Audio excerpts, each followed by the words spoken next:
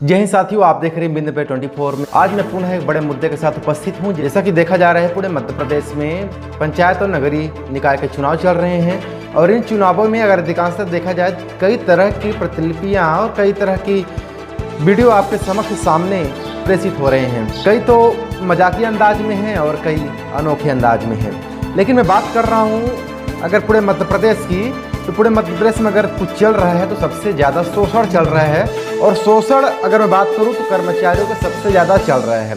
विभिन्न विभागों के जितने भी आउटसोर्सिंग जो सिस्टम चले हैं वो भी आउटसोर्सिंग सिस्टम है। वो आउटसोर्सिंग आप देखे होंगे पिछले कुछ दिनों में, यानी पिछले कुछ सालों में संविदा की नीति चली थी और संविदा की नीति के बाद धीरे से उस संविदा नीति को भी ख़त्म कर दिया गया और इसके बाद जो सिस्टम चला तो प्राइवेटीकरण की ओर लगातार सिस्टम बढ़ता रहा और आउटसोर्सिंग का सिस्टम समस्त कई विभागों के साथ में बिजली विभाग को भी कर दिया गया।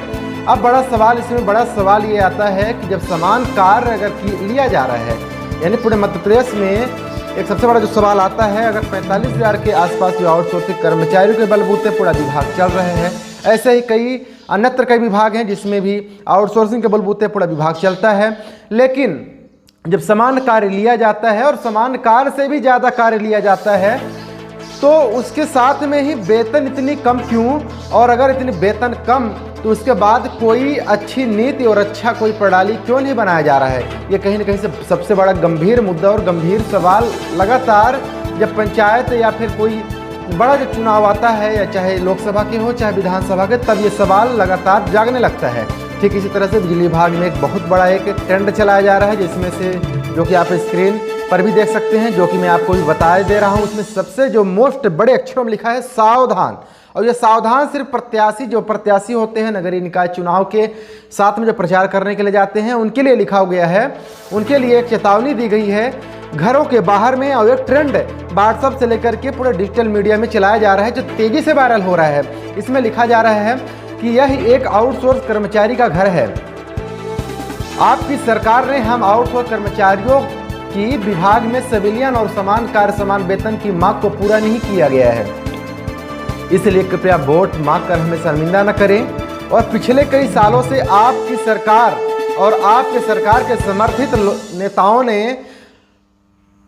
कई वादे किए और उनसे कई अपील की गई, लेकिन सुध लेने वाला कोई नहीं है। इसलिए चुनावी प्रत्याशी अपना समय बर्बाद ना करें।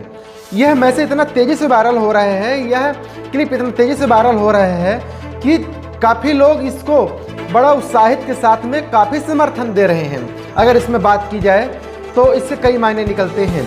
इसमें यह भी मायने निकलते हैं कि सरकार को सीधे टारगेट किया जा रहा है, और इसमें यह भी एक मायने निकल रहा है कि सरकार को याद दिलाया जा रहा है कि आउटसोर्सिंग का जो सिस्टम है इसको बंद किया जाए या फिर इसमें बदलाव किया जाए। ठीक इसी तरह से बदलाव देखा गया था संविदा से आउटसोर्सिंग में, जिस तरीके से अभी आपने देखा है अग्निवीर जैसी योजना भारतीय सेना में देखने को अभी हाल में मिली थी और आने वाले टाइम में देखिएगा आप धीरे धीरे करके प्राइवेटीकरण कर दिया जाएगा। अब मैं आपसे पूछना चाहता हूं, अग्निवीर योजना को जो समर्थन देने वाले लोग हैं, आपसे एक मेरा सवाल है, क्या नेताओं की तरह भी ये भी पेंशन के पात्र होंगे? क्या इन्हें भी पेंशन की योजनाओं में जोड़ा जाएगा?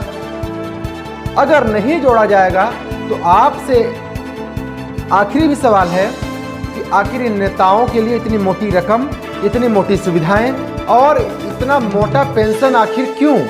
जब ये समाज सेवी हैं, समाज में कार्य करते हैं और किस तरीके से कार्य करते हैं आप अच्छी तरह से जानते हैं।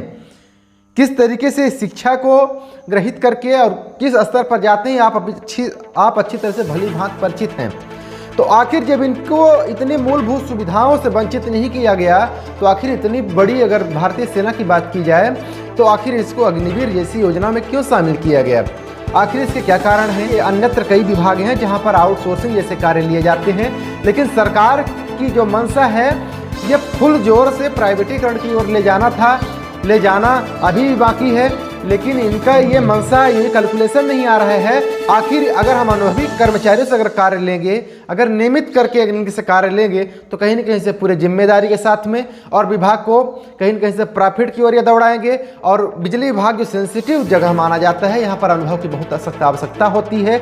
और यहाँ पर मैं सरकार से निवेदन करना चाहूँगा कि कम से कम आप तो कुछ कर ना पाएंगे क्योंकि आपके बस की बात नहीं है, लेकिन भर्ती तो चालू करिए, कम से कम ये समान कार्य समान वेतन तो लागू करिए।